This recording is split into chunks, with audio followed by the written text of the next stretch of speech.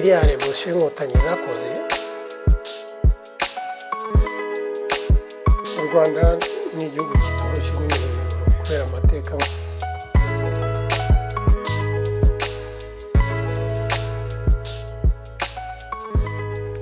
murakaba abanyarwanda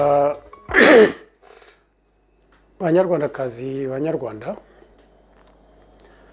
mwebwe bari mu Rwanda rwa Gasabo namwe abari mu Rwanda excroissance y'u Rwanda hirya no hino ku isi aho giterwa inkingi nongeye kubasuhuza nguriya wa mutima mpora mbereka usemburiza urukundo mba nifuza ko mukundana ntimurenge ibyadutandukanije ko nta warenga ikimwirukamo ariko mukumva ko hari ibiduhuza bishobora gutuma dukundana malgré ibyo byadutandukanije bidutandukanya ya matara ngaya mpora mbabwira ko asemburiza ubususuruke ariko se ubususuruke buturuka hehe iyo warukonje ku mutima afite guturuka kuri espérance ugize ko ufite na résilience cyane cyane espérance yo ko hazagera bakaza urumuri gasohoka muri uwo mwijima urumuri rero aya matara simburiza urumuri rwa espérance banavuga wowe uri umushomeri mu Rwanda wibaza niba uzabona akazi ndavuga wowe ushonje mu Rwanda ko haravugwa inzara mu turere tumwe na tumwe ushonje ukaba wibaza niba ejo uzabasha kugaburira abana bawe ndavuga wowe uri muri kaya karere k'imirwano wibaza intambara igihe izarangirira hariya ndavuga hariya hegereye u Rwanda nyine muri zone ya Kivu n'abandi hirya no hino bafite ibibazo bitandukanye uru ni urumuri ruse aya matara mba nacanye simbolize urumuri rw'icyizere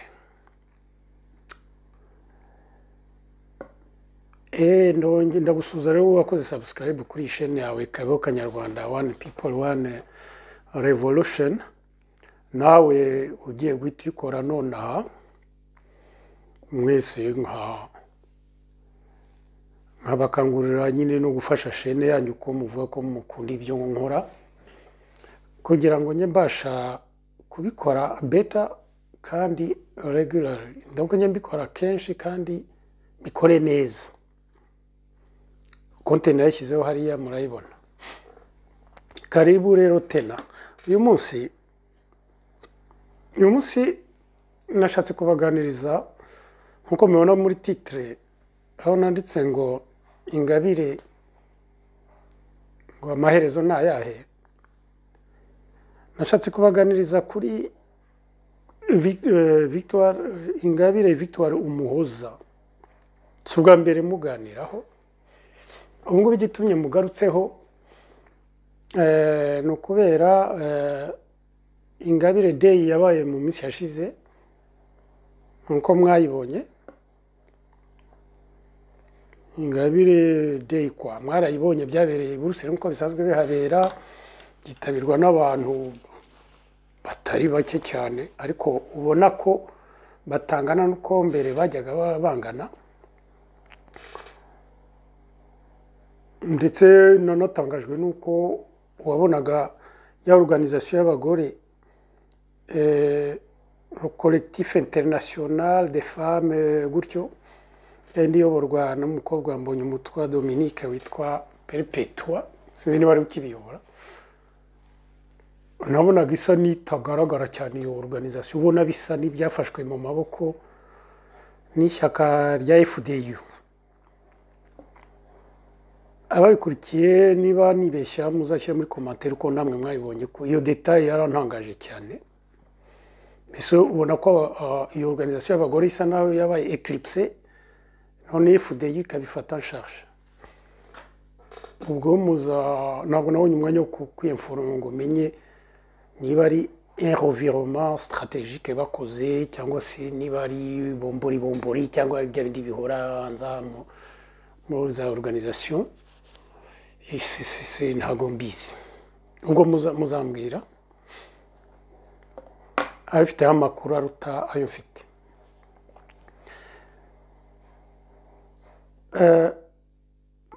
Rero iyo detaye naribonye ariko icyamfurapye cyane ni disikuru yavuzwe justement na perezida wa FDU witwa Kayumba Placide. Disikuru solennelle y'uwo munsi kwa numva niwe muntu mukuru nyine muri ibyo.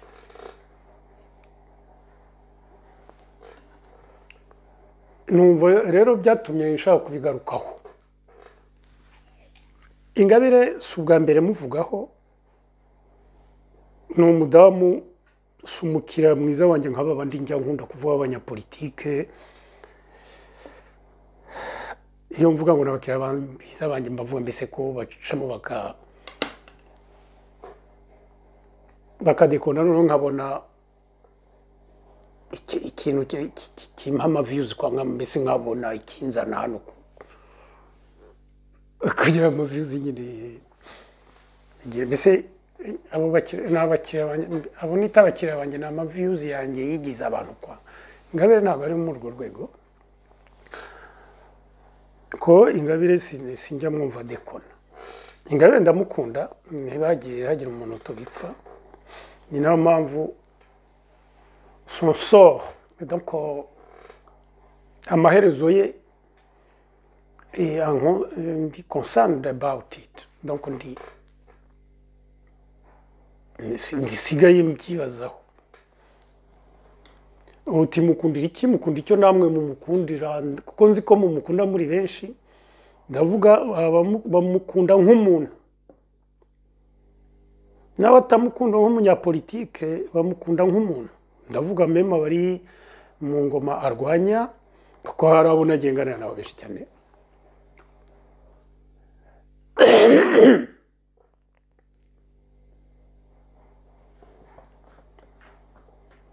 Ngewe mbere nanamukundaga nk'umunyapolitike kubera ko nubwo ngenda nkora avance muri réflexion kuri politique y'u Rwanda no kuri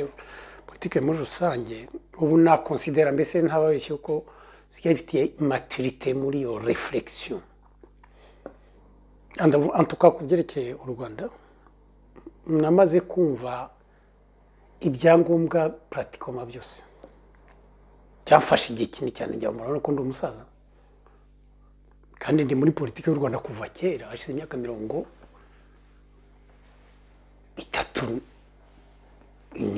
ndi muri ibyo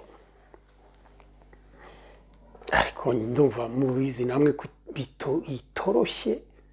politike y'u Rwanda kubera ko na le peuple rwandais itoroshye mbese n'u Rwanda muri rusange icyo gihugu ni ukuvuga ngo le peuple territoire na système uzabayeho kuva byagira ni igihugu kiri extrêmement compliqué complexe dans sa vérité globale urabyumva donc ntabwo ari igihugu gishoboye ntabwo cyumvikana cyane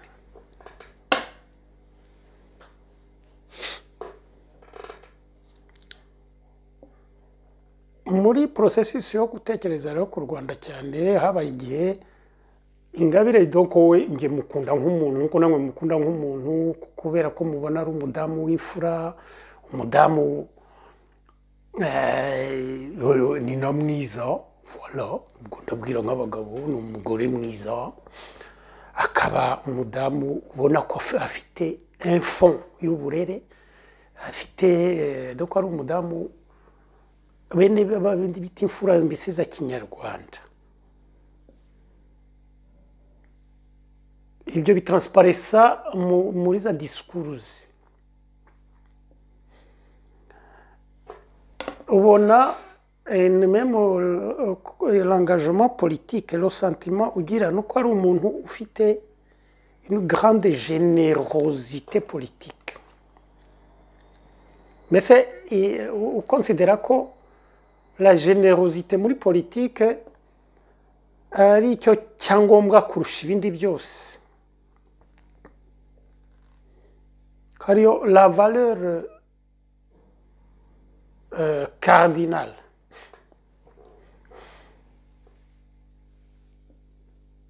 Nanjye rero nakuze nije muri politiki ariko nanjye mbifata aricyo cyatumye ngenda nkunda abantu nka Sankara ndavuga lo voltaïque ariko na jeune homme Sankara ariya muziko nabaye n'umujyanama wenyine kubera ibyo yavugaga n'ubundi acyamukunda malgré mushaka nzakora ikiganiro kuri ku bujyanama bwanjye na Sankara ko bwagenze ko byatagiye n'ukuntu byagenze nuko byarangiye. Bon nkunda Che Guevara donc n'abantu icyo nagiye mbakundira cyangwa Gandhi nagiye mbakundira nyine la générosité nabonaga ari abantu benkarena la générosité politique kuko nakonsideraga ko ari valeur ikomeye cyane muri politique. Ingabire nawe niyo mpamvu namukundaga nk'umuntu ariko nkanamukunda nk'umunyapolitiki namukoze ibiganiro ariko hari ibintu ubu namaze kumva nifuza ko na Ingabire yazumva kandi ikiganiro nkoze nzi ko azakireba ntabwo nziranye nawe nta telefone ngira nta yanjye agira sindamubona sindavugana nawe ariko nzi ko ibiganiro byanjye bireba.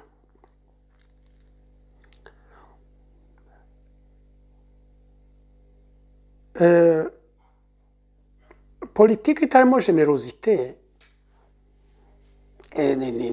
nta kigenda ishobora kujyana ahantu habi cyane ishobora umunyapolitiki udafite générosité nabusa ashobora guhirika kujyana igihugu cye cyangwa peuple à la catastrophe. Ariko icyo namaze kumva la politique la générosité ntabwo ishobora kuba inkingi mwikorezi ya politique nishobora kuba une valeur fondamentale umunyapolitiki agenderaho. Ni nayo mpamvu aba bose navuze Gandhi Mahatma Gandhi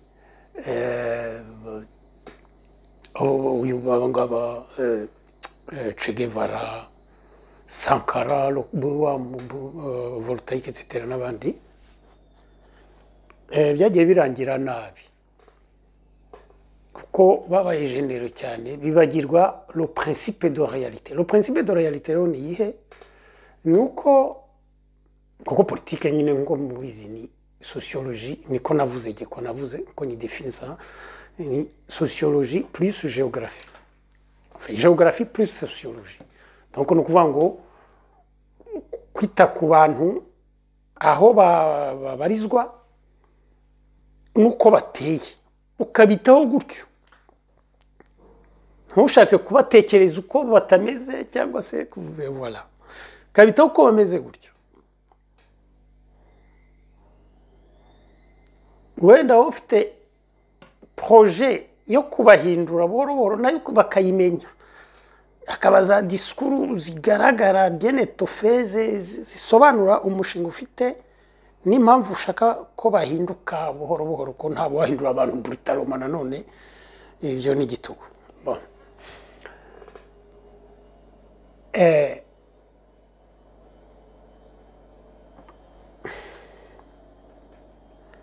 rero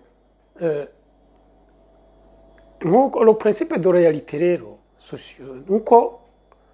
iyo urebye sociologie y'abantu nuko abantu muri rusange burya abantu si beza abantu si beza kugira ngo umuntu abe mwiza bisaba iki bisaba yuko aba un peuple nziza bisaba yuko ifite umuco mwiza une bonne culture umuco mwiza ufite za valeurs nziza kandi peuple zose muzi ko zitagira umuco umwe kandi ntabwo bivuga yuko peuple zose zigira valeurs nziza imico yose igira valeurs nziza kugira ngo kiremwa muntu individual kibe waba umuntu mwiza nuko ari umuntu nawe ufite za principes fondamentaux za valeurs nziza avana mu burere yabonye muri parcours yaciyemo etc muri encadrement familial tout ça or ibyo ngibyo bizwi ko ari ibintu donc kugira abantu bagize uburere bwiza abantu baturuka muri culture nziza muri si benshi cyane ku isi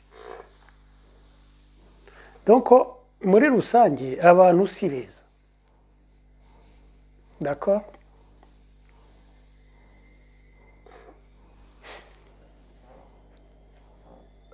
niyo mpamvu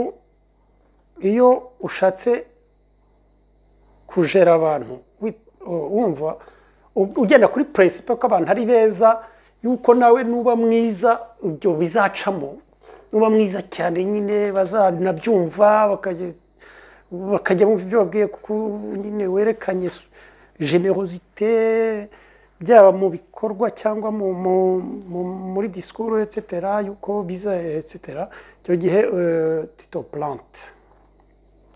ukora amakosa ya politiki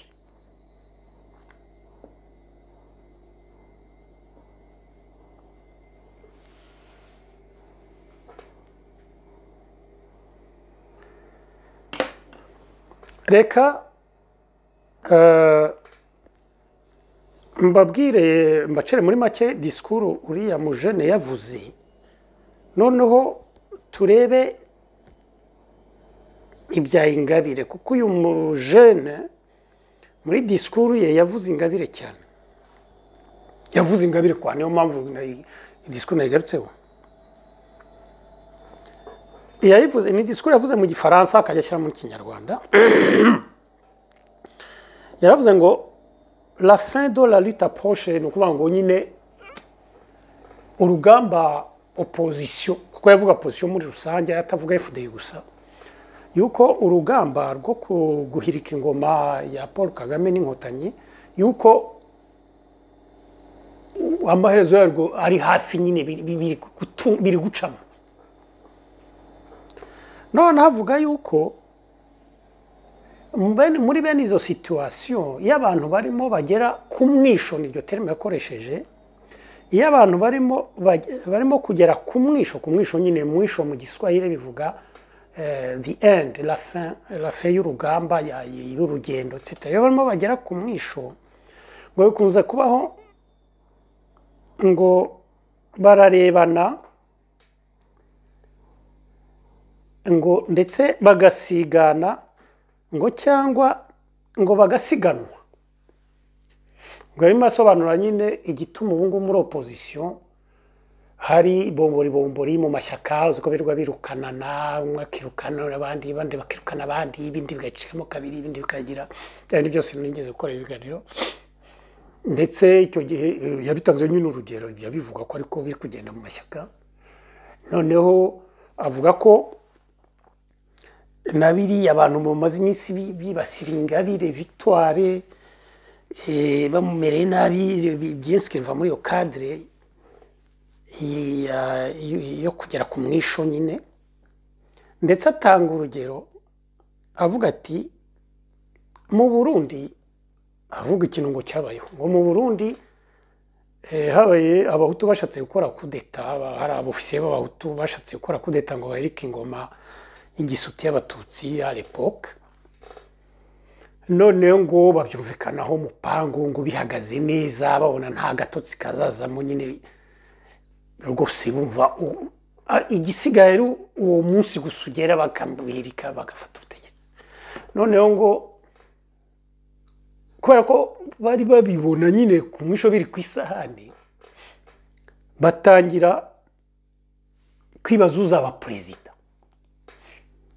batarakoya kudeta noneho bakavuga ati ariko uyu turabona ari we ushabutse ugize gute uriya muntu ashobora kuzaba perezida noneho ngo bakagira gutya bakamukocora bakamwica noneho abandi nabo basigaye bakavuga ariko uriya nabona bakamwica gutyo ngo noneho wa munsi wo gukora kudeta uza kugera bamaranye ntiyakudeta ntiyaba bakaba ari byo byashyize mahane nyine abahutu bakagira ibyo bibazo byose ibyo bafite bagize kugeza ku bwandadaye niko yavuze tusa avuga ko nyine ibyo bitabura iyo ibiryo ku isahane byarangije gushya nyine hasigaye gufata amafurusheti kwa gufata ibiyiko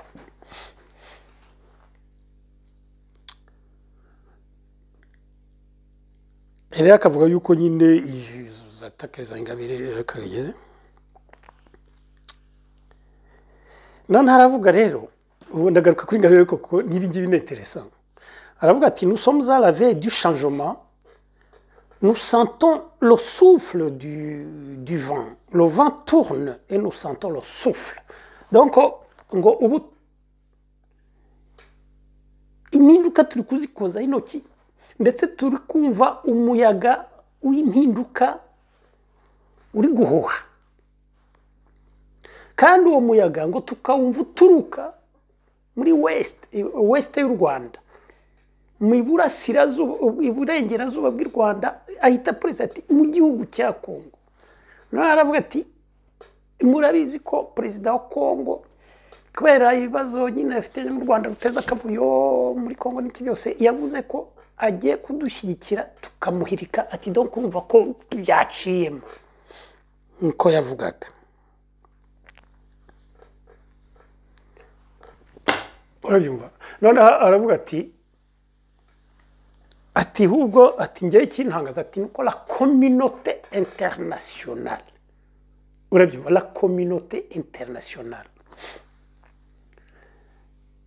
communauté internationale bivuga umuziki bivuga nyine iyo bayivuze bivuga mu by'ukuri ntabwo bivuga abantu bose bo ku isi iyo ni terme nakwita ko nayita iyo concept en fait ariko bishaka kuvuga ibihugu bifite influence ikomeye mu mitegekere y'isi ibyo nibyo en fait la communauté internationale no ibihugu na za bodies za organisation zikomeye nka Nations Unies les entreprises les entreprises supranationales zisigaye zirusha n'ibihugu imbaraga nka zira zaba Elon Musk n'iki byose donc ibyo nibyo byitwa la communauté internationale none aravuga ati biranangaza yuko la communauté internationale ati iki turoporosha yuko batubwira ko impamvu mbese ko badusuzugura kubera ko tudafite une alternative kuri Paul Kagame no kuri regime y'inkotanyi niko yavuze muri iyo discours muzajya kwireba ni discours y'iminota 10 ntabwo ari nyinshi noneho ibyo byose ariko ndayamvuga ko babaga bakoma amashyi bicika bakoma amashyi ari kuvuga ibi ati rero iyo numvise izo discours ati bakavuga gutyo ati kandi twese turi presidentiable ati hano buri wese yaba president se ntimubibona bagakoma amashyi ati ngewe sinuva icyo bavuga ngo ati ahubwo iyo babivuze ati mpita mbona ko biya bishaka kuvuga ko bakibereye mu bagishyigikiye Paul Kagame ngo akomeze ategeke ati nta kindi naho kuvuga ngo nta alternative dufite ati yo turayifite akoma amashyi ntagira umuntu n'umwe uzamura akaboko ngo cyangwa nyuma w'interview ngo avuga ati se nyakubahwa perezida wa FDU kuvuga yuko ubutegetsi tugiye kufata kubera ko dushyikiwe na Tshisekedi nyine agiye kudufasha kufata kandi amemuta ukavuga ko la communauté internationale itadushyikiye ndetse ivuga ko ntacyo tuvuze ko tutari alternative ndetse ahubwo yuko ishyigikiye Paul Kagame ese Tshisekedi arusha la communauté internationale ingufu. Donc c'est quand même extraordinaire. Nta muntu umwe wakimubajije reka da bakomye amashyi biracikanye. Bon, ibyo ubwo nyine c'est une parenthèse ariko ikomeye cyane. Haba hariya ndagira ngo nibutse ko FDU abantu batazi FDU ubwo babajene cyangwa ni prolongement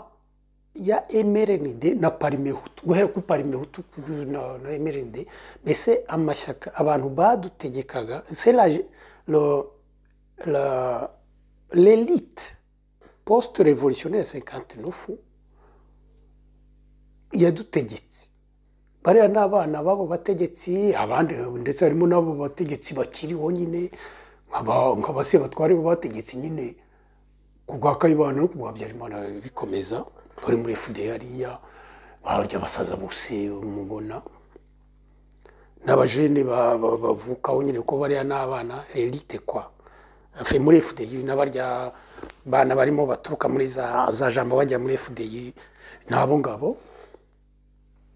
Ce sont de grands universitaires ko nibo bagize amahirwe yo kwiga bariya bose abenshi bize mu mahanga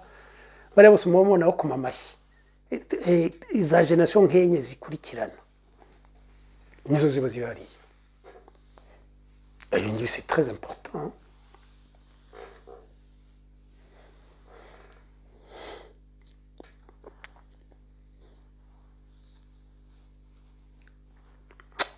Akagusa ariko rero twigarukire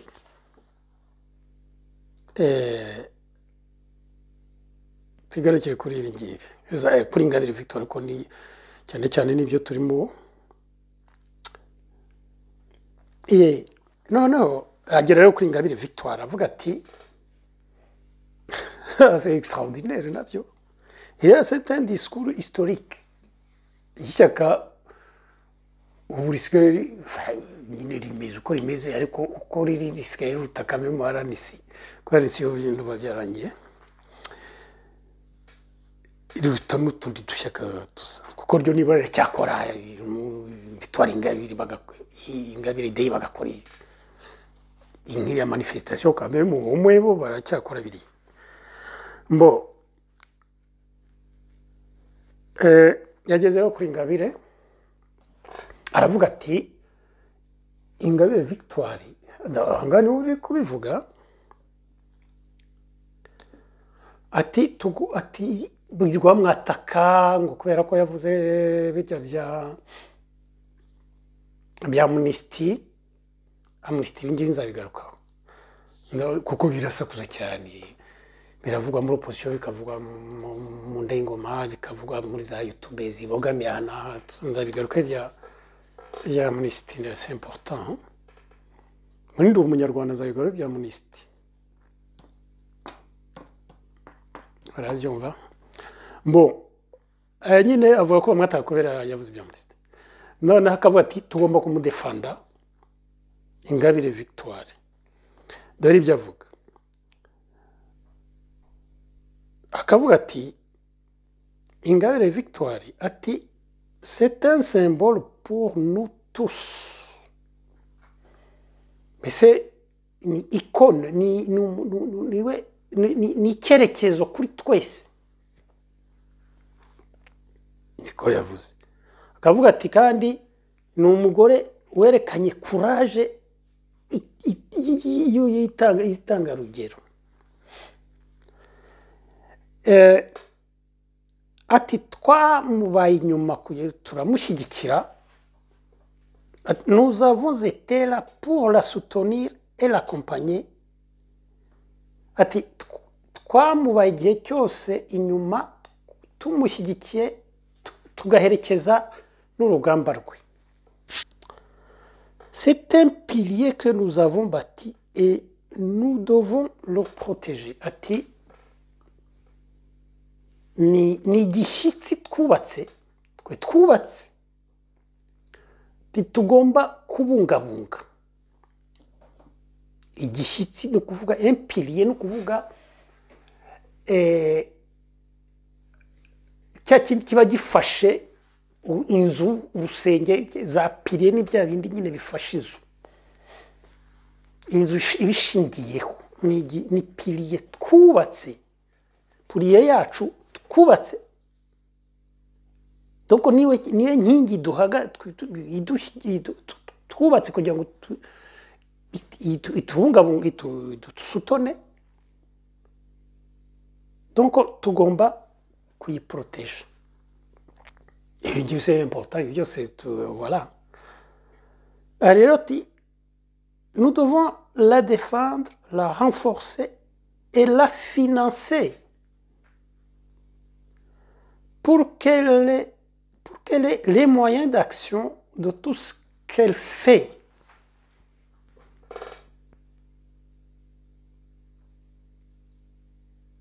Tugomba kumudefanda, tukamustrengtheninga, tukamurenforcer, tukamurenforcer, tukamuha amafaranga financier, tukamuha amafaranga akeneye ubushobozi materiel financier akeneye kugira ngo agire ubushobozi bwo gukora ibyo arimo akora.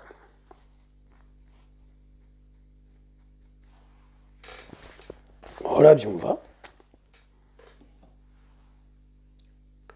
Noneho yongera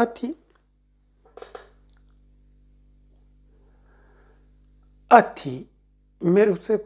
muri minsi nabonye za message ngo innombrable ngo j'ai reçu des messages innombrables no kuva nyinshi cyane des amis congolais. Donc nabonye message nyinshi cyane z'abantu b'inshuti benshi b'abanyekongo b'inshuti zanjye ubwo za FDI nyine zanjye na FDI kuko avuga ibyo bamubwiraga ati bakambwira ko urumva ntago inshuti ze personnel ati bambwira ko ngo vous avez un leader au Rwanda donc mufite leader mu Rwanda si on veut vous aider on partira d'elle. Mufite leader mu Rwanda ari we Victoire Ingabire kuko niko yavuze ko bavugaga nyine Victoire Ingabire ngo bumvishe discours etc. Abanyekongo ati muri mission dufite yo kubafasha twihaye kubafasha ati niwe tuzashyira imbere. Noneho uyu donc Kayumba akavuga ko abyishimiye ibyo bintu ko abyishimiye. Noneho ati murabona elle arrive à vendre notre projet, notre lutte, à nous de lui rendre l'appareil. Donc akavuga ati murabona ko Ingabire yashoboye kugurisha umushinga wacu mu mahanga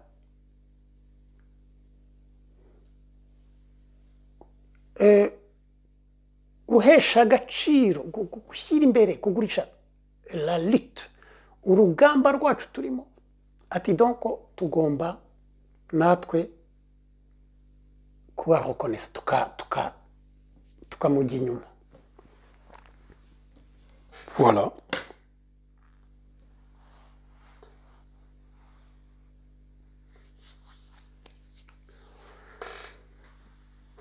Hari ibi mbere ko nyine ni mvuga Ingabire ubwe nyine ibi ngibi ce que ça pose comme problématique kuri Ingabire.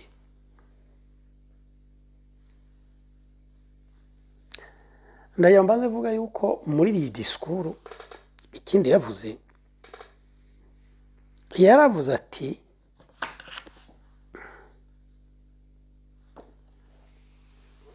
ati kuba turi hano hanze niko yavuze ati ngo nous avons la chance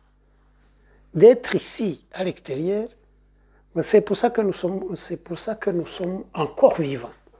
Yavuze ati iyi chance dufite kubera nyine regime uko imeze ngo yica yatanze n'urugero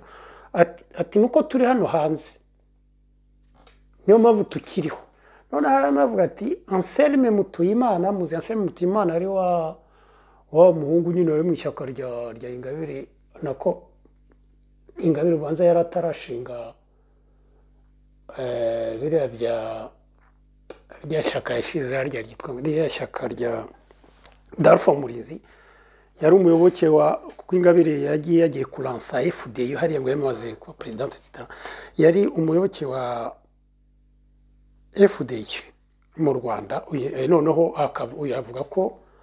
ngo ati il a été tué ati baramwishe ati byaranshotse amashoke ati kuko nari naraye mvuganye nawe urabyumva c'est quand même extraordinaire ibintu c'est même pas rigolo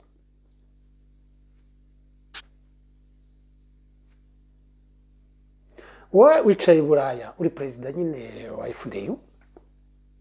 uri kwivugira ubwawe yuko igituma kiriho alors que ukritika regime uri perezida wa FDU nuko uri hanze ni kuri kuvuga ndetse ugatanga urugero yuko uwayikrititse ari manipulé par toi-même donc uwayikrititse wari muri ibyo muhora muvugana kuko muhora muvugana uwo mwana nyine witwa Anselme byamuviriyemo gupfa ntari mwavuganye la veille buracyaramwica kuko yaranafunguye haringira ngo umwana mukavugana iki byose nawe ubwawe nyine uzi ko service de renseignement du régime c'est pas pour les enfants c'est costaud Pegasus n'ibindi n'ibyo Pegasus ndayivuze nta kibazo ko nasomye kuri ikoka ubundi mu rwego rwo kuyitsinda nyita Pegaso donc Pegaso c'est pas rigolo donc Pegasus donc irahari urayizi wigeze uvuga ngo wigeze umubyandikaho mu kora n'ibiganiro ko nyine biti ubwoba ko banika bose sabagina ngo kubanika na Ramaphosa ni urabizi ko batarigola c'est pas des régimes rigolos à la Kayibanda ou la Habyarimana kuko yo izuko yageze ku butegetsi izi ni igiciro ugomba kwishyura kugira ngo ibigumeho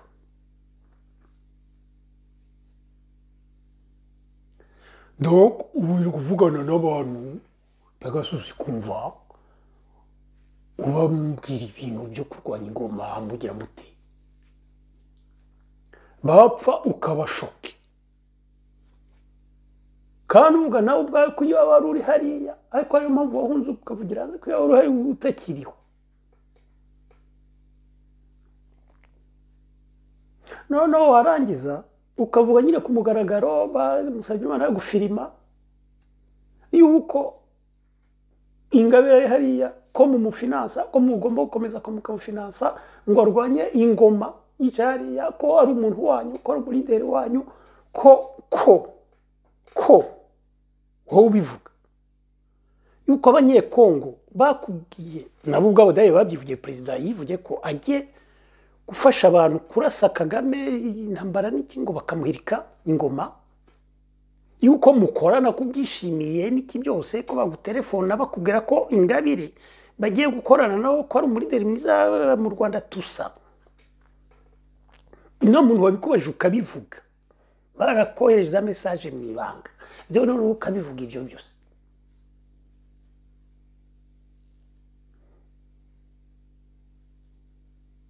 ubwo où est la responsabilité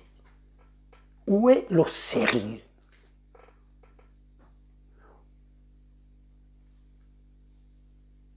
et où Ingabire c'est pas possible ese ubwo wari wowe uko navuze nyine aranatira ingoma kubera uburyo yagize kutegeka n'iki byose kandi ndayumva iyo ngoma la révolution iracyakomeza higeze hagara ko les contre-révolutionnaires ari bo mwebwe mu gihari muri mu mwaterana nyine n'amahanga nyine nabo bakisigida bisaba bakafasha tuza donc la révolution continue iyo ngoma ntabwo yakwasama kandi la révolution birazi bose uzajya kora muri théorie de révolution nanjye marambivuga la révolution iyo hari une contre révolution nayo il est composé d'une résistance farouche la révolution va violente niyo mpamvu ngo Anselme nyine aba yapfuye ubu Ingabire bamwishe nk'ubu ejo Paul Kagame ahubwo Paul Kagame ndamushimira rwose ntajya bamushimira rwose azajya no mu ijuru ariko nizere ko mushimiye nyine nawe azabyubahirize nyine ntabikore azaguma kuriya nyine ntice Ingabire namufunge tusa kuko ubundi njyewe nkurikije ukuntu ndimesha ari nganjye wicaye mu mwanya nahita wamara kuvuga iriya disikuru Ingabire nkahita mwica cyangwa ngahita mufunga ndavuga buri muntu wese vraiment normal et qui est à la tête d'une révolution ikirwanwa n'aba contre révolutionnaire kandi bavuga ko irwanya donc avec les armes n'iki byose bashyikira tout ça bakavuga ko muri deri wabo bakorana ari yicariye mu Rwanda. C'est incroyable. nayoze numva nyine intore zikomeye nyine abitwa ba kandi c'est de bonne guerre nabo ndabumva bitwa ba nkaka n'aba barushya bakoze ikiganiro bavuga ko Ingabire ngo akwiye gusubira muri gereza sinzi niba baraheraga kuri ibi ariko nabyumviseho gatoya ko musa kwa kundi barezuma ntabwo nakirangije cyose urumva ariko c'est quand même extraordinaire.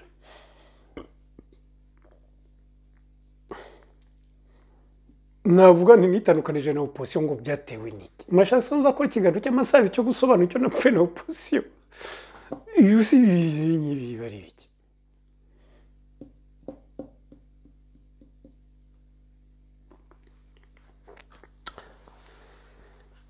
twari kuri Ingabire ikintu cya mbere kiri gravissime ubwo ndagaruka ko biri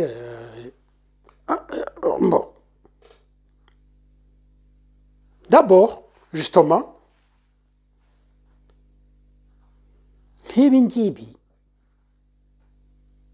biba bikwereka bya bindi navuze yuko muri politique le principe de réalité nuko abantu ari babi ntabwo abantu ari babi uko atari beza cyane atari beza bose ko ahubwo abeza ari bo ku isi abantu reba nk'ubu Ingabire Victoire reba nk'uko baba bamugambaniye kandi bakamugambanira bavuga ngo nibo bamwubatse ngo nitwe twamwubatse ngo ni inkingi yacu ngo twamwubatse ngo nitwe twamugize gute ngo nuravumba ngo bitwaje bw'amafaranga birwamwohereza ibihumbi 4 by'idolari ibyo amafaranga bigarukaho. Ingabire vous l'avez bâti mwamwubatse mute Ingabire yiyubatse yahagutse agiye hariya agiye kwiyamamaza mwamwemereye muri FDI abantu bangaye mwese mvuga ngo murajyana nawe ibikonyuzi bya FDI murashaka kumvuga amazina se ageze kuri aeroport yamaze guponctiona tikeye ayavansha hindukiye asanga mwebwe izanye mwazi bari guponctiona ngo ati mwebwe mwasuye inyuma mwamukwebye agenda wenyine umuntu w'umumama asize umugabo n'abana batoya muramwabandona comme ça vous n'avez pas les couilles. Non, ne muravuga ngo nimwe mwamwubatse c'est quand même extraordinaire. Ingabire cyamwubatse ndakikubira n'icyatumye tumukunda abamwemera politikomo n'abatamwemera politikomo, ikintu gituma tumukunda icya mbere ni za karite navuze humaine. Izo nize ntabwo ari imwe mwazimuhaye, si mwe mwamureze, si mwe mwayo, ni za karite avana mu muryango we, uko yarizwe, uko yakuze, uko byagize.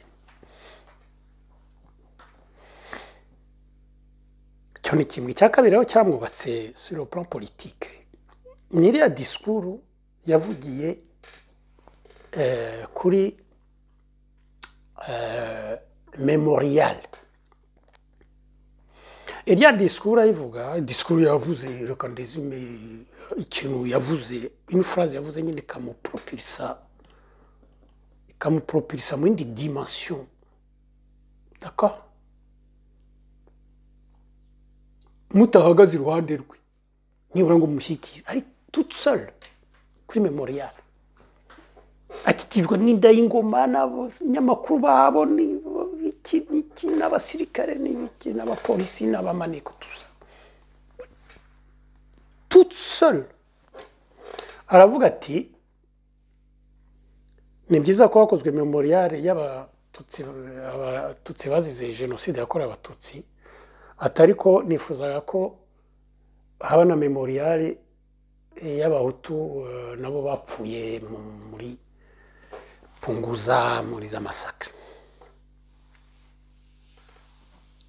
Ati byari kuba byiza kurushaho, niko yavuze.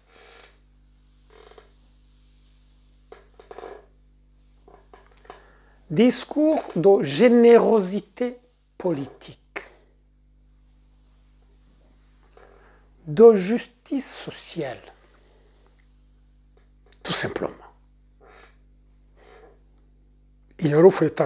yarufletaga la personnalité y'uwo muntu, kwa humaine y'uwo muntu. Afata iyo risque. Icyo gihe abantu bose bavuze bati uyu mugore elarekuye rero ava lekuye ni mbese nanjye kuvuga ngo no kugira amabya, ariko mbese kugira amabya akomeye kwa, ariko barambye mukore nkaho ntabivuze, ko baravuze ngo we Sylvestre, abantu nyine mwebwe abafana banjye, harabambwe ngo we Sylvestre, ngo uri umuntu mukuru, uri umuntu wize ujijutse, ngo uri umuntu w'imfura warezwe, ngo etc, ngo ntabwo ukwiye kuvuga ngo ibyo bintu, ngo nibishite, ngo ibyo bintu kuvuga ngo iryo jambo. Ariko ntibigeze bambwira nyine igihe nshatse kuvuga ziriya bure nyine uko najya nzita mu Kinyarwanda, nabyo bambwiye ku buryo ninjye witiyemo nyine ndashakisha ngita amabyeyi kwa, urabyumva ko nta liberté umuntu akigera kuvuga uko abyumva. Bon, rero donc wafaya ku karaci, c'est pas rigolo. Ingabire, c'est une expression mu gifaransa nyine bavuga ngo umuntu ngo yararekuye, bavuga nyine ngo n'umugabo kwa, bavuga yaba ku mugore cyangwa umugabo, ni c'est une expression. Hariya rero baba abashimishijwe n'ibyo yavuze, aba n'aba bitashimishije kubera impamvu nyine zumvikana, ariko abari sincere, abantu bose baravuze bati uyu mugore, bagize akantu ka admiration yo kuvuga ati cette femme elle a les couilles, ku buryo nkeka ko na his excellence quoi his excellence Paul Kagame aho yaricaye wenda ayireba, mbese yagize za sentiment ambivalent, feelings divanze. Yaramurebye ko muzi ko Paul Kagame ndumva bizwi yuko ari umuntu nawe kiyarekuye vraiment, même andoro ko ari president nyine ategekana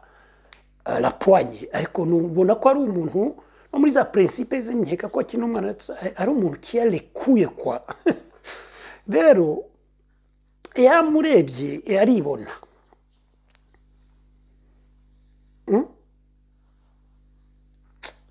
Donc il y a communion d'esprit objective communion objective d'esprit ariko ame mutahita narakara abati no mushenzi kazi ngo bazashyuza memoreza abahutu iyo genocide tusa ariko ako kantu ndumva yarakagize wenda nayo mpamvu atamwishe kamufunga gusa cyangwa ibitusa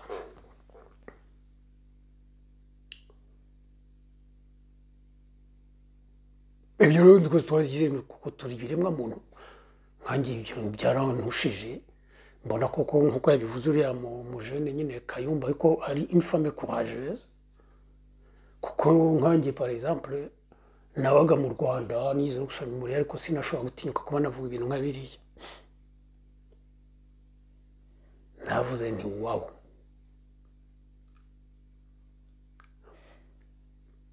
no mvuga ko afite reko ariko mpitana navuga nti c'est une femme ufite générosité politique kubona afata risque nk'iriya ntajye muri za diplomatie cyose kuko icyo gihe niko nari nyibyumva nyumva yuko nyine la générosité politique nko nabivuze ari fondamentale ya mbere muri politique ariko ubu siko nkibyumva hariya nkonsidera yuko nubwo ari iriya discours yamumenyekanishije ariko yakoze une erreur politique yakoze ikosa rya politique rikomeye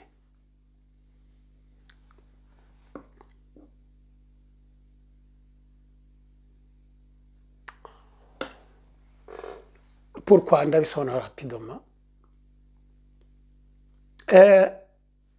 nzabigarukaho nyine ari ikiganiro nteganya kuzakora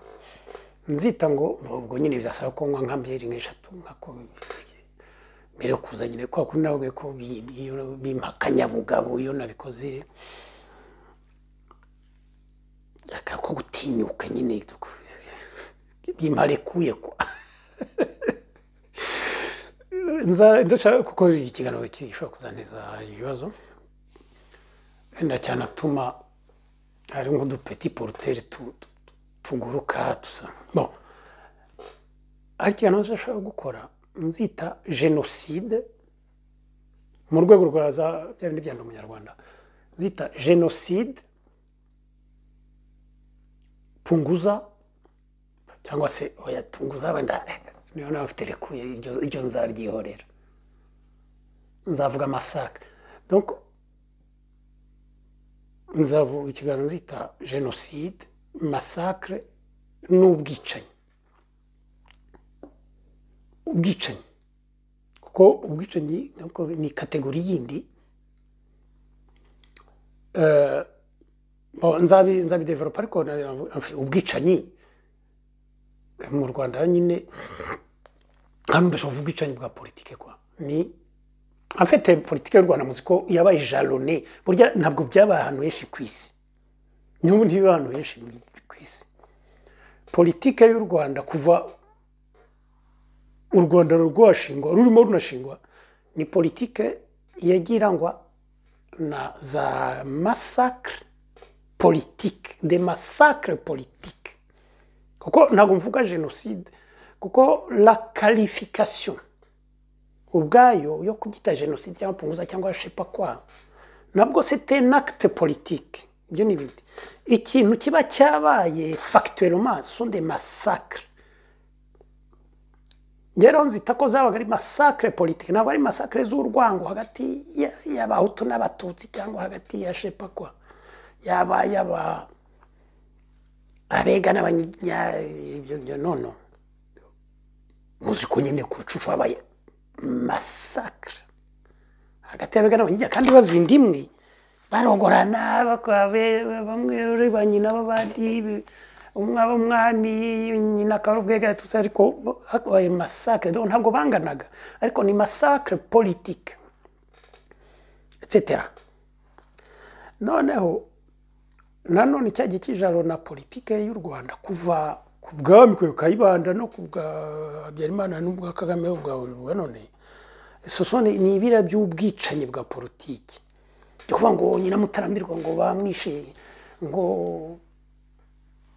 ngo Karegeya bamwishe, ngo Sendashonga bamwishe, ngo Musa Pasiteri bamurashe mu kanwa muri Kameruni, ngo Lizinde bamwishe, ngo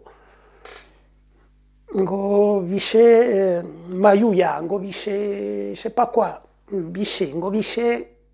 Rwagasana mu Ruhengeri Runari n'abandi batutsi mu Ruhengeri babishe, ngo bishe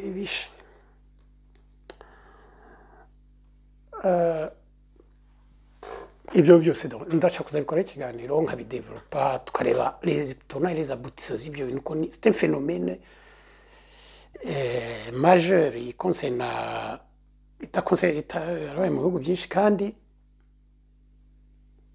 udashobora kubaka ndi umunyarwanda utahereye kuri ibyo ngo wirevisite ukora nkaho mbese bitabayeho. Niyo mpamvu nzabikora ikiganiro. Muri icyo kiganiro nzaba mvuga yuko nk'uko mbivuze uko yuko ce sont des massacres politiques. Donc rero biba ari massacre politique byaba mu itegurwa ryabyo kuko byose biba byateguwe nyine. Ngo arushavuze ngo genocide yateguwe si n'importe quoi. Donc ntabwo hateguwe nzabigaruka Habyarimana ntabwo yateguwe jenoside ariko yateguwe za massacre. Ibyo ni ibintu nzi rwose. S'il vous plaît, mbizi kandi nzabivuga mu cyujyana uko mbizi. Bon. Ari donc dans la planification il y a massacre biba ari un acte politique planifié. Muri exécution iyo hataje akavuyo nyine nka kuri Habyarimana execution yabaye yapfuye, donc babe akavuyo kukurumva wabiteguye yari yapfuye n'abari kumwe babiteguranye basagatwa n'abandi byose byasaba Imana yapfuye tout ça, donc biba akavuyo biza kuvamo génocide. Ariko muri execution nabwo bikorwa de manière politique, ntabwo bexecuta les massacres politiques nuko za massacre spontanées ziba. C'est pas la même chose. Noneho iyo zarangiye la qualification yabyo ko biza kwitwa ce sont ces politiques, c'est un acte politique. Ari bishobora kubyita génocide cyangwa ntibabyite génocide bikibagirana cyangwa bakabyita ngo punguza cyangwa bakabyita Shepakwa bakabyita voilà ubwicanyi ku bwinshi nk'uko Paul Kagame yavuze ko abahutu bishwe ku bwinshi ubikitwa gutyo. Donc ce sont des actes politiques. Noneho rero la gestion ya nyuma yabyo bien sûr hari une dimension humanitaire nyuma muri gestion yabyo, hari une dimension humanitaire kuko kwiyokipa abayitraumatize abarescape kubafasha kwiyubaka za farije kugira gutera etc zabonije bien sûr hari. Ariko il y a une dimension politique ikomeye muri gestion de la mémoire ya za massacre. Ibyo rero harimo biriya byo kubyita nyine nk'iyi y'abatutsi yiswe habaye un travail politique ikomeye et diplomatique yitwa génocide. Noneho hari n'izi acteurs politiques zigomba kuba posées kugira ngo qu'on nakwita l'exploitation, l'instrumentalisation politique y'iyo génocide ikorwe neza ibe efficiente. Donc nkabira byo kubaka za memorial c'était ni igikorwa cya politiki ntabwo igikorwa humanitaire. Entretenir la mémoire des massacres c'est politique.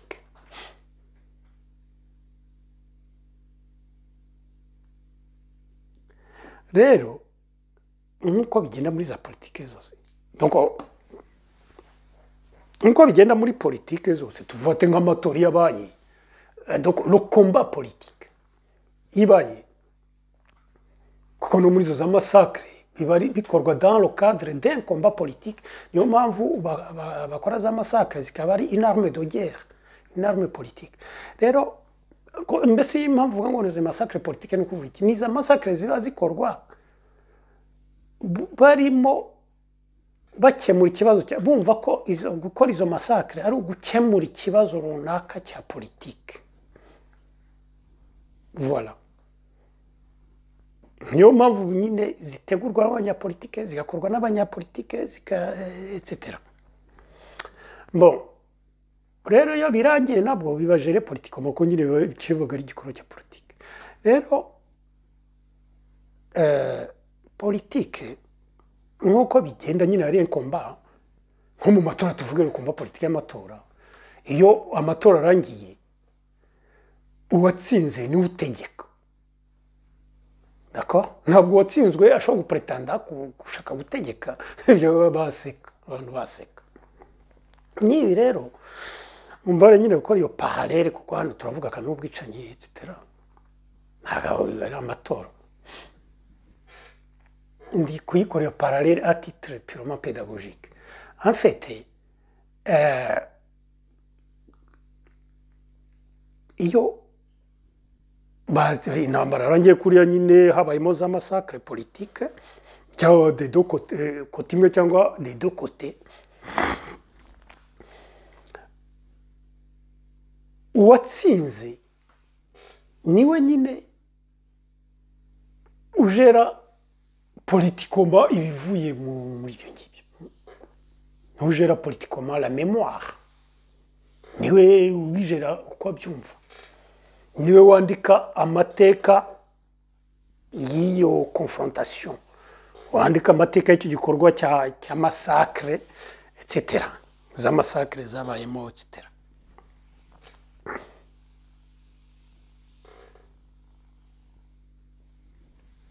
Warabyumva mu ntambara ya 45 habaye za massacre politique ziteye ubwoba, nka Hitler nyine ya massacre y'abayahudi n'abatsigane n'abandikape n'abantu bari n'ibiki byose tuza, yumva ko ari gukemura ikibazo ngo cy'Abadage cy'Uburaya ngo de manière définitive, ibyo yise ngo la solution finale. Bon, ariko abamurwanyaga bambasake n'abaturage. Ubwo ndavuga cyane cyane nka Staline witiriwe ko ari we wafashe umujyi wa Berlin, wahageze bwa mbere akawufata nyine bise watsinze intambara, none akasosiye y'Abanyamerika n'abaki. Staline wayoboraga Union Soviétique yamasake muri iyo ntambara abaturage b'abasivile miliyoni 23. Ariko nyuma yaho Hitler niwe tuko abishwe, abo Hitler yishe nibyo byiswe genocide, nibyo etc. muzi ko byagenze. Ariko nk'abo abishwe na Staline bari bagiranye kandi bikajya bivugwa nyine na za ONG, bivugwa n'iki mbese ntibivugwe, washaka kubivuga ushaka kubikoresha politikoma ntihagire ugutega amatwi, ahubwo akabona warasaze kandi bizwi ko yabikoze babije. Manuza na Mao Tse-tung akora revolution y'Ubushinwa yishe abashinwa b'abaturage les paysans, avuga ko nyine ari gukemura ikibazo cya politique nguko batemera revolution, yishe miliyoni 70 z'abashinwa. Ariko muzi ko Mao Tse-tung nyine ari héros historique de la Chine. Murabyumva? Ntabwo ibyo byitwa genocide y'abapaysa cyangwa byitwa kada. Kandi byaravugwa ariko bikavugwa pas dans le cadre, bikavugwa nyine na za ONG, l'organisation des droits de l'homme, ibiki byose. Ntago umunyapolitike washaka kubye instrumentaliza politikoma yabaga ridicule, ndetse ibyo kariyeri politike ikarangira aho ngaho. Hano rero mu Rwanda kuvuga ikintu namaze kumva ni uko ushobora kuvuga ko habaye punguza nk'uko ngenda bivuga ndi umuyutuberi kandi mbivuga atitire humanitaire ko mbizi ko na data yiguyemo punguza kwa birabyo punguza sinjye ariko bivuze byavuzwe n'ababikoze b'inkotanyi basutse bakabyita ngo bavuga ngo iyo yitwa ngo operation punguza ibi nzabigarukaho ariko donc naje kubona ko mfite na kubikoresha politikoma ngo bibe babikoresha bibe bya muri politike mu kurwanya ingoma cyangwa kujya gute ni ibintu sterile kubera ko iyo groupe irimo abantu bishwe icyo gihe muri byo bya punguza n'iki byose ni groupe yatsinzwe tsindwa nabi cyane noneho ndetse hakubiteho nuko iyo aho bibereye n'akaga kurusha ahandi nuko iyo groupe nkuko nahoze mbivuga kenshi itanabaho donc c'est un groupe idashobora no kwidefanda même sur le plan humanitaire ngo ivuge yuko yapfushe introtone memoire ntago mubona ko n'abavuga nyine ibyo byapunguza bashaka ndetse no kubyita ngo genocide babyirenga instrumentaliza politikoma n'abatutsi cyane cyane niho gira lekuye zo kuvuga ibyo barudasingwa abamusonera bashepakwa urabyumva sindabona umuhutu rwimbi wandika nka un article avuga kuri masakre z'abahutu niyo iko usanga ari nk'abatutsi bahinduje ubwoko gute kubera ko bumva bishobora kuba nyine insubasoma politique ariko ntibishobora kuyiba kuko nyine baratsinzwe urabyumva iyi ni principe de réalité iyi rero impamvu uvuga ko Ingabire Victoire nyine yakoze ikosa ni uko nyine kuvuga ngo usabe memoriale y'abantu batsinzwe kandi bagatsindwa banakoze jenoside y'abatutsi yo yemewe n'iki byose ni ikosa rya politiki ni ukutareba kure muri politiki nubwo bwose waba wumva nyine émotionnellement donc générosité byakorwa aribwo byaba juste etc yakoze ikosa rya politiki cyokora byubatse izina rye ariko bimujyana muri gereza arangije afunguwe Ingabire Victoire mwabonye ko ikintu cyabaye muri iyo communauté internationale nta na rimwe bavugaga yuko Paul Kagame kumufunga yamurenganije pas du tout gusa baravuga bati mubabarire umureka ko abe opposante y'exprimer ntazongere kuvuga biriya ndetse bapusa Ingabire kubisabira imbabazi ko yabivuze etc nubahora bivuga ati kuba narabivugiye hariya nikosa kandi koko nikosa rya politiki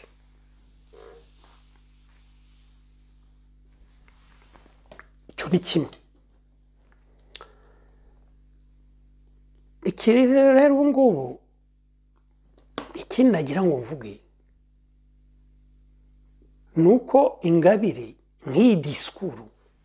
irindi kosa rya politiki majeur nuko nk'iyi disikuru iba yakozwe mu izina yakozwe mu munsi wa Ingabire Day igakorwa na perezida wa FDU Ingabire abata ngo bigeze iki gihe byakozwe tariki zinga yashize icyumweru n'ikirenze akaba atarabivuguruza enfin je veux dire akaba atari afata distance n'ibi bintu ça me dépasse simbyumva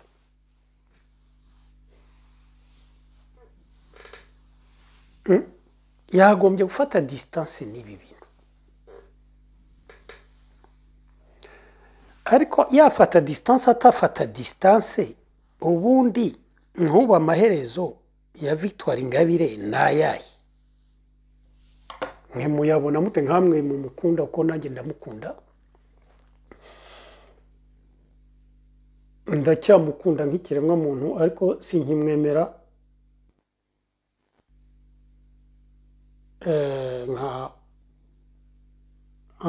donc un acteur politique kuko nyine urumva arimo donc yakoze iryo kosa ryo kuri Memorial iriyo ni kosa fondateur kandi ariho agitangira kwiyangana agiye kwiyamamaza ko president noneho inyuma cyo kora bisaba imbabazi yarafungurwa c'est bien yari yakoze ubuhanga bwo gukora rya shyaka ryo kugira ngo akore ishyaka ryave muri biriya bya FDU na bya P5 ariko bigaragara yuko baguma kumwizirikaho kandi nawe akemera ça fait des ordres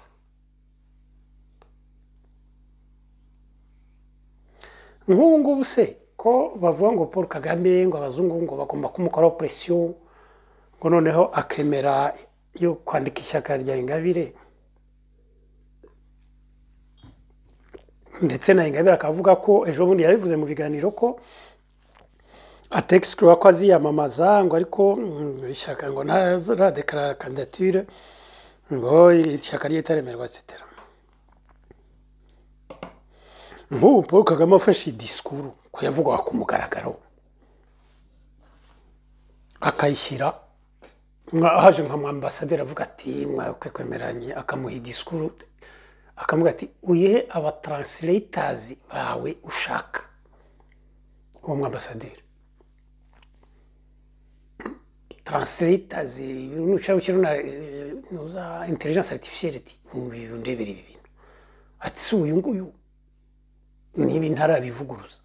ati se ari muri FDU niwe muri deri wayo niba sari muri deri wa FDU ko ari ishyaka ubuse ni muri deri wirise nabyo tumwemereye tubiye nibiki ese muri constitution yacu hemewe yuko umuntu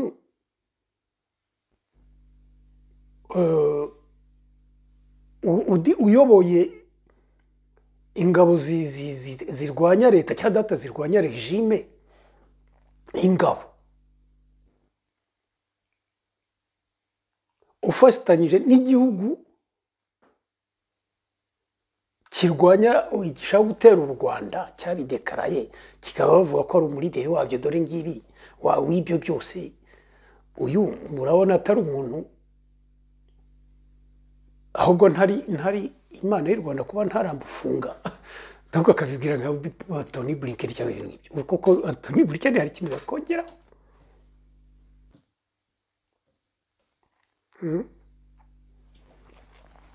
ariko ibyo byose tubireke tuvuge nk'ubu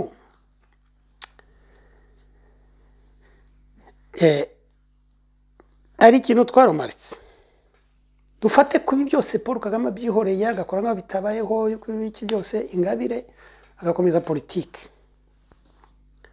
noneho agafungura ire FDU bakanayemera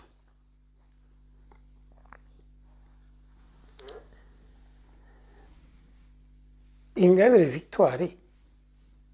amaherezo ya politike ni nka yahe tubirebere hamwe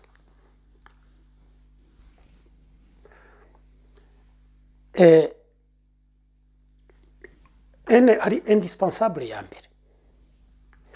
Ingabire yaba akiri muri FDU ari mu Rwanda avuga ko yaje kwiyamamaza mu izina rya FDU nka muri Derwari baramufunguye baramuhaye imbabazi yabanje muziko bamufunguye bamuhaye imbabazi yabanje nyine gukomeza guhanyana ibyo bya FDU ikintu twabonye nuko atabashe kumobiriza l'élite rwandaise mu gihugu ari ko nkuko tubizi burya impinduka ntabwo zikorwa n'abapeza barushati zikorwa les élites. Amashyaka twarashinze turabizi hariya mu Rwanda, murabyuka igihe Habyarimana yemeraga amashyaka. Ikintu twabonaga umuntu yarahagurukaga kubera envergure, tuvuye nka Gatabazi Felicien, hakaza abantu babuze ari abaminisitiri, hakaza abantu bari abadirecteur general bakina arimo muri MRND, bari muri za ministeri, hakaza abantu bagize gute abaterika za ONG, des intellectuels, professeurs d'université n'iki byose bagakora comité d'initiative, bakandika manifeste programme. Iyo nayigiyemo ya PSD, iyo comité d'initiative twandika manifeste munsi y'igiti kwa Gatabazi mu rugo, tukajya duhura tugakora amanama tukanywa n'akabyeri etc. Des intellectuels, abantu b'abakadire, abantu bazwi. Ingabire twagiye equipe twabonye kugeza ubu, yaba kiri muri FDL yaba amaze gushinga birya, abantu bamusanze ni abantu barushati batazwi, ntabwo mubona n'amafoto ukuntu bimereye barushati kwa. Sinshaka kubasuzugura nyine, ibyo barimo baba birimo bifite agaciro, ariko biriya bya politike bigaragara ko l'élite nubwo bwose nkuko nabivuze abenshi bamufitiye tendresse kubera ko ari umumama mwiza n'iki byose, ariko ntibamusanga. Kandi ntabwo ari ukubera ubwoba gusa, kuko iyo aba byari ukubera ubwoba nka Ntaganda ntabwo aba yarashinze ishyaka, yaba byari ukubera ubwoba nka Christopher Kayumba ntabwo aba yarashinze ishyaka. Barya banuza barashidi niba barakoze za YouTube, barya abandi bose barya bose bahagurukaga bakavuga kuri za YouTube n'iki byose. Hari n'abandi bavuga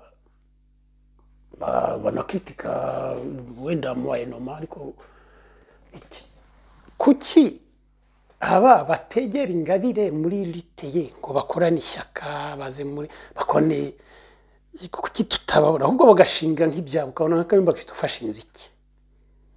cyangwa nk'uriya uriya Mungu Ntaganda nyine uriya mugabo mukuru kwa musaza Ntaganda, kuki ari uko jitoma Ingabire ari ufite iriya oha yuko yafunzwe nuko n'amahanga hari Ingabire Day yuko ari biki n'abazungu bamu etc. Hari kamemo akanuka ora international afite. Kuki nka buriya Ntaganda atavuze ati dukora ishyaka rimwe ngo amwegere Ingabire babo muri lideri? Kuki mbese kuki nta bantu bahaguruka ngo bajye kureba Ingabire bati turagusanze bagaragara? Nta byabayeho. Ça c'était indispensable ikomeye. Kuki nkabare bakarasi, kuki nka Karasira atiyafiriye mu ishyaka rya Ingabire cyagiye akigira ko nta Karasira nta kintu yatinyaga, professeur d'université, kuki gutyo kwa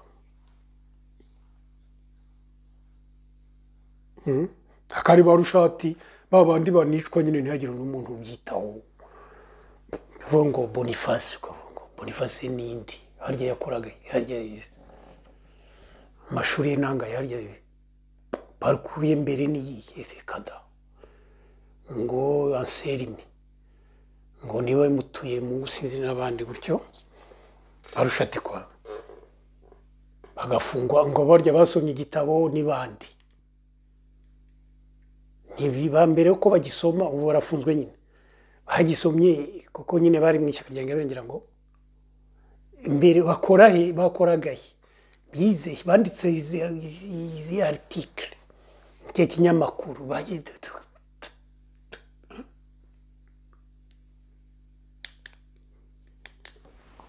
harimo carence umuntu yakwibazaho pourquoi akobora bari gisobanura amaze kamwe imyaka 5 afunguwe kandi ari hari i Kigali.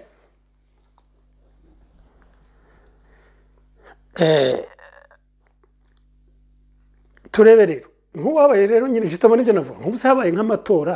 ko nyine atamubiriza les élites, kandi les élites karibo nyine bamubiriza abaturage kugira ngo batore nyine, kuko nkakuriya twajyaga kwa Gatabazi twagendaga yatumubirije nyine tugakora komite d'initiative yaravuga ati wowe uruzanzanira abantu bakwemera biwanyu bangana gutya bize ukaba wagenda ukavuta ngiye kubamubiriza ko baranzi harabo mwariganye harabo mukorana harabo mwakoranye mwajyanye muri za association runaka tusa nawe uzazana nibyo mugakora nyine nuza none se bareba rushati nibo bamubiriza ndese ntawo bazi ubu se yakwiyamamaza nyine byagenda gute yatsinda Kagame gute ufite toute cette machine là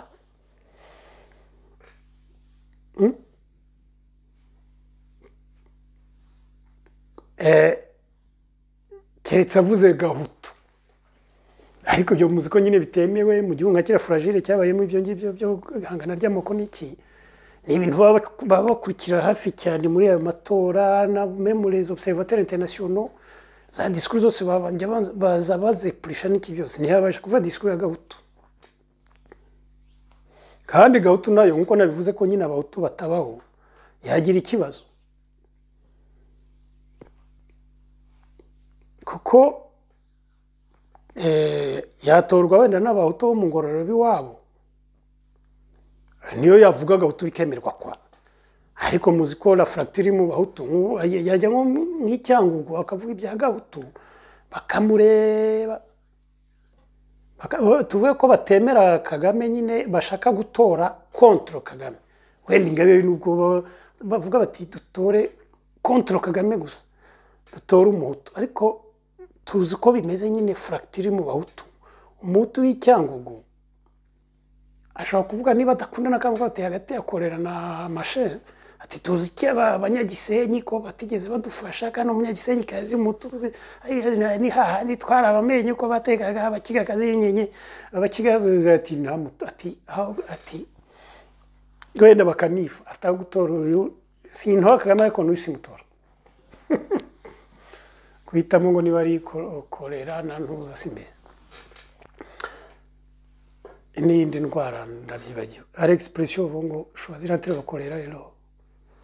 mbo nawe mutora babikibungo bavuga ati abakigazi turabe iki byose kukiza nyine batamukurikiye bamukwepye ari bamukwepye n'uko bamukwepye babayobozi babiteka bankiko banuza bamanye n'iki bamukwepye justement kuri bera fracture nyine kiganduga yari muri FDU kandi nawe ari bagahutu n'ikindi bamukwepye se kagenda wenyine ndetse FDU gahita icikamo kabiri kuri iyo fracture nangwa se mubyuka donc amatora ntiyatsinda murabyumva kuko umushinga we n'umushinga wo kuvuga ibintu byiza gusa umwana mwiza kwa ariko ibyo avuga by'umwana bwiza n'iki byose na Gitera yabivugaga ntabyo arimo aravuga amadiskuru yabyo arimo anamwibuka ko yari amadiskuru aryoshye nyine avuga ibintu byiza ubumwe ubwiyunge development ibiki byose voilà bavuga ati si byo Habyarimana ntivuga ariko yarangiza agahakazi abakiga gusa ibigo byose bitekwa n'abakiga ibiki byose bitekwa n'abakiga ati vana ibyo ngibyo ngaho mbo voilà tuvuga rero ko atowe tuvuye yavuze ibyaga utaratowe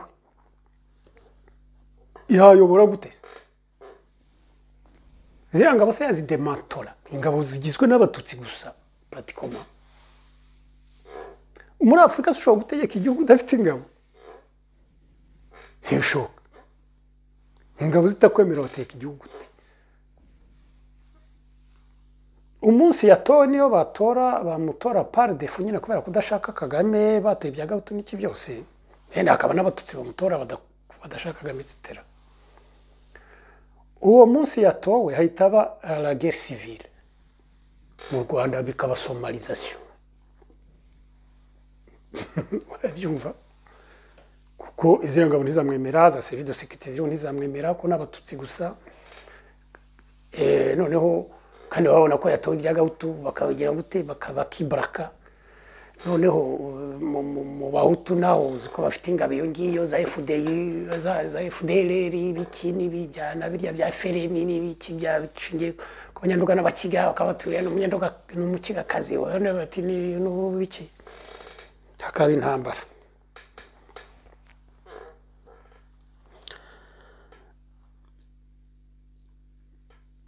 kandi donc rero nukuvuga ngo ibi by'amatora ça ne peut pas marcher. Ikintu cyonyine gishobora kuba nuko icyo buriya gishobora gutuma Ingabire hagira ikintu kizavamo akagira un avenir politique wenda n'ibyategereje nuko haba n'intambara. Niyo mpamvu wenda yanga kwidesolidariza n'aba ngaba, ubwo nawe wenda mu gatima k'inyuma haravuga ati nibiriya ntegereje yuko nk'ubu haba intambara nyine nk'uko bavuga ngo muri deri wacu abanyekobwa bava niwe muri deri ikaba bagatera bagafurapa u Rwanda nako akundi Nyerere nyine yafurapye agafurapa ingabo za Idi Amin none agashyiraho umunya Uganda yashakaga witwaga Obote. Ubwo nibyo acunga.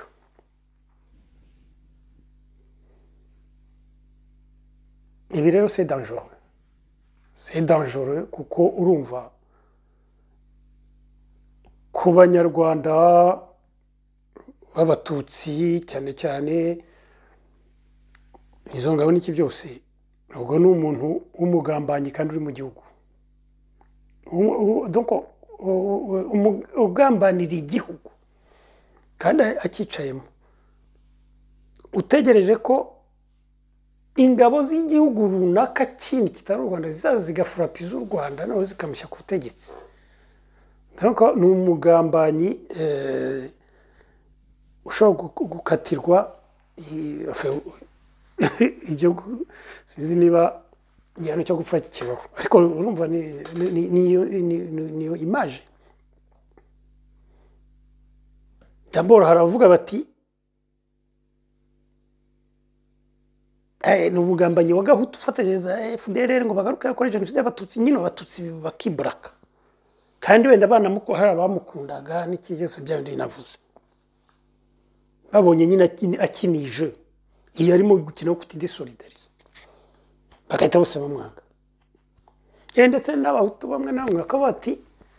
umuntu ushyigikiye ko duterwa n'igihugu cy'amahanga kikaza kamwe mu kiyi kuko za Sukhoi iyo zirasa nawe bona abanyekongo bararasa za drone ibintu bitera ubwoba. Nabyo ni ikibazo, c'est problématique.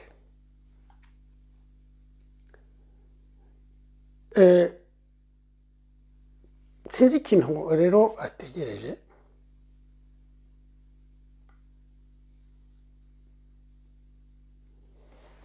et pourtant impamvu nyine uyu mukino we nyine nanjye ubwanjye uri kunturubura nuko agiye adekara yuko adashyigikiye intambara ajya no gushinga Rafu Murinzi yaba kubera ko n'icyo gihe hari P5 bashaka kurwana n'iki akabikondana akagira gute kuba rero adakondana nk'iyi disikuru yaba ngaba ngo idesolidarize cye birantangaza. Noneho wenda nyuma rero icyaba idesolidarije n'aba ngaba ngiye uko winamugira inama ko nyine azazumva iki kiganiro nuko nkuko mbivuze aha ngaha hatatsinda amatora nyine kubera izi mpamvu navuze akaba na changement yaba donc ntiyakora changement mu matora. Ikindi ntiya provoka za troubles sociopolitiques urumva ngo abaturage bivumbagatanye nka birya bya umugore wo muri Birmanie nyine San Suu Kyi kuko nyine ntafite fief ntafite base ni bande se bakwivumbagatanye ese inyuma ye kwa ese n'Abahutu bo mu Ngororero bakwivumbagatanya ese n'Abahutu bo mu gihugu cyose ese n'abaki baza abivumbagatanya baza bashyira imbere yihe ideology baje bashyira imbere y'ibiki ntabwo yabasha kupumbiriza abantu ngo bivumbagatanye cyane cyane ko jito nkuko twabivuze le système babivumbagatira kugira ngo mfate izo risque ari système fort kandi nyine iri prêt kurasa ku kinyeganyeze cyose kubera impamvu nyine un régime révolutionnaire bigikomeza nta kugira bashobora gutinyuka ariko kugira ngo burya abaturage bazahaguke bahangane na régime nk'iyo il faut ko baba bafite un ressort idéologique ikomeye abahagurukije bagafata risque yo kuba banaraswa cyangwa bagiye gute batakaza n'akazi wenda babigiyemo bagira gute tusa ko hano ibyo turimo ntabwo ari ibintu byo gukina iyo subasoma idéologique fort ntayo Ingabire afite kuko Gahutu ashobora gushyira imbere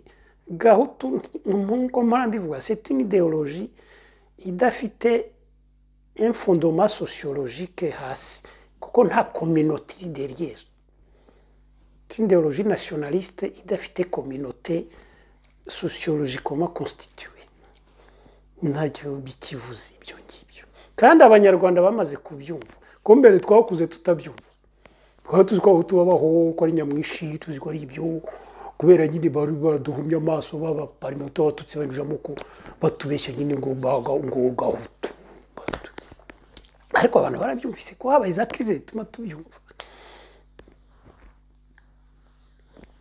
aracunga icyo rero avunire politique se haba coup d'état se noneho bakamushyira nko ku butegetsi coup d'état se yakorwa nande hariya mu gisi uretse ko nigeye gusobanura ukuntu coup d'état itaba mu ngabo za Paul Kagame ariko inabaye ntabwo ari Ingabire ya profita kuko abasirikare bahari ntabwo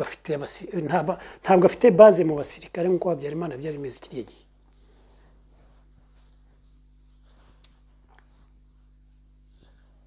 ategereje se evolution dynamique dynastique kuri wenda Paul Kagame azasimburwa n'umukobwa wenda akabata umukobwa we aza kuko azaba wenda ari atari muri perspective atari umudire nka se kuko ntabwo yinjiye azaba yinjiye mu butegetsi arwana cyangwa agira ate ahanganye tusati wenda azaba amanyanime atanda akaboko avuga ati ngugize mise w'intebe cyangwa simbizi wenda nibyo ategereje se ibise byo byazaba arya ariko Paul Kagame akiri muto ko ashobora kunyine kugumaho tusa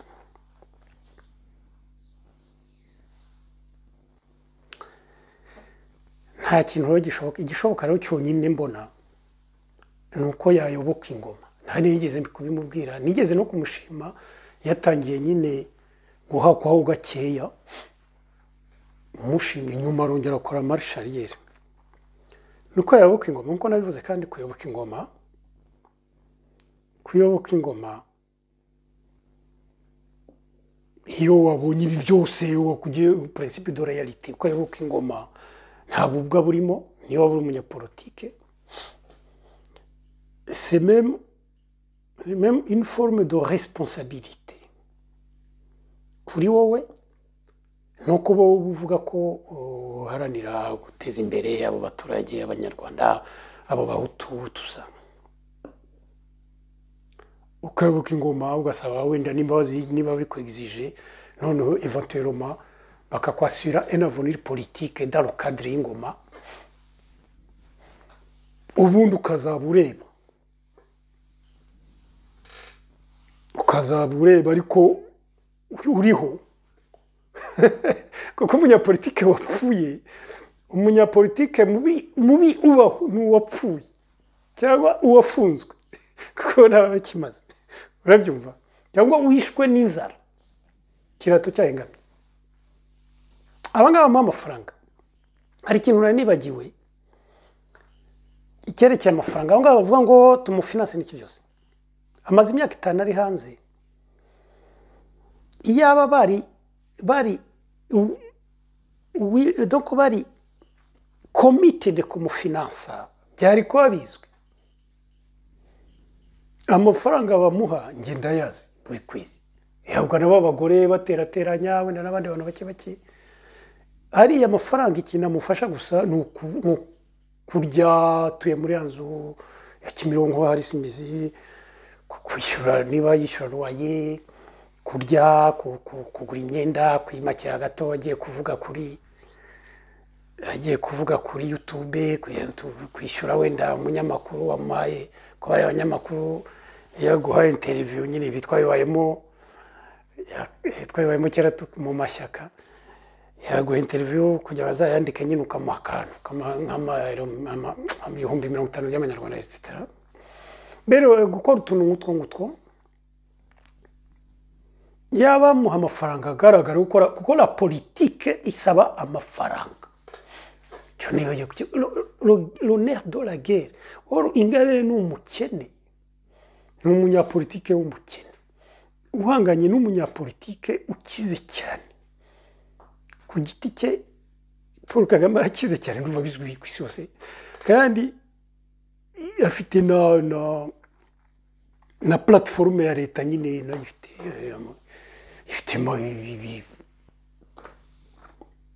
ifite uburyo kwa ashobora gukoresha. Afite n'abantu benshi cyane b'inshuti ze bashobora kumuha amafaranga yo kwiyamamaza ba Tony Blair n'ibindi bifite ubwoba miliyarderi tuza. Urabyumva n'abacuruzi b'abatutsi bakiri mu Rwanda n'abahutu bakiri abacuruzi ibintu biteye iyo bamumbirije amafaranga mwabyo ko bigenda muri FPR. No mu bintu byatumye atabona abakadire justement musanga ibi ndabizi ko nanjye nawe bayimo by'amashyaka tumubiriza twashinze ishyaka kunajyaga kumubiriza ibyumbi wacu ko nari president wa PSD byumba kuntu byangoraga materieloma. Urabyumva akamodoka kanjye kakahaborera bitibwo no kujya uzakore amapankarite gusa yo gukora amadarapo y'ukuntu benda kuza ko ingofero z'abayoboke ba Adolphe Murinzi mu gihugu cyose yewe n'udupira. Impamvu abakadire batamusanze rero harimo kuba adafite amafaranga. Mewi kuko n'ibya komite d'initiative mutangirana y'abantu bikenera amafaranga. Iyo hari rendez-vous cyesiro hari abavuga ati ndakoresha yanjye cyangwa ndakoresha imodoka yanjye, ariko bo baravuga bati se nta mafaranga ufite ya karubira kuko bavuga bati ni igihugu gikennye. Baba bati umunyapolitiki kamwe watangiye ibi hafite ngo abagira neza niko banavuga abazungu Buraya ariko bavuga bati ishyaka rifite amafaranga ugabitse n'amafaranga ukabuta ukasama nyine uti nayo ibyo byose. Rero ndaga ku kiganiro kiba kirekire cyane ariko byari ngombwa yuko kame mu Victoire Ingabire ni umuntu uzanasigara mu mateka y'u Rwanda. J'espère ko azasigaramo positivement nk'umugore w'intwari kandi werekanye dans un contexte igoye cyane, werekanye courage nyine akanerekana yuko ashobora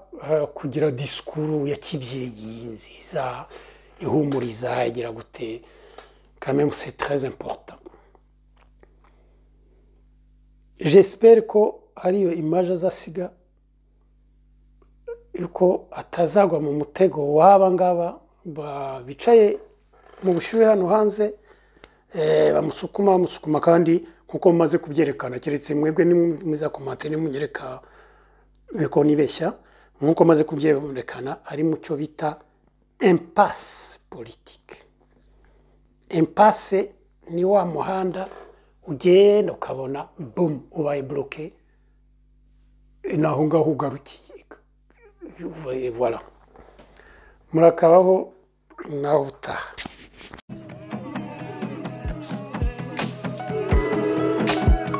Iriya revolution y'inkotanyi zakoze u Rwanda ni igihugu kitoroshye kubera amateka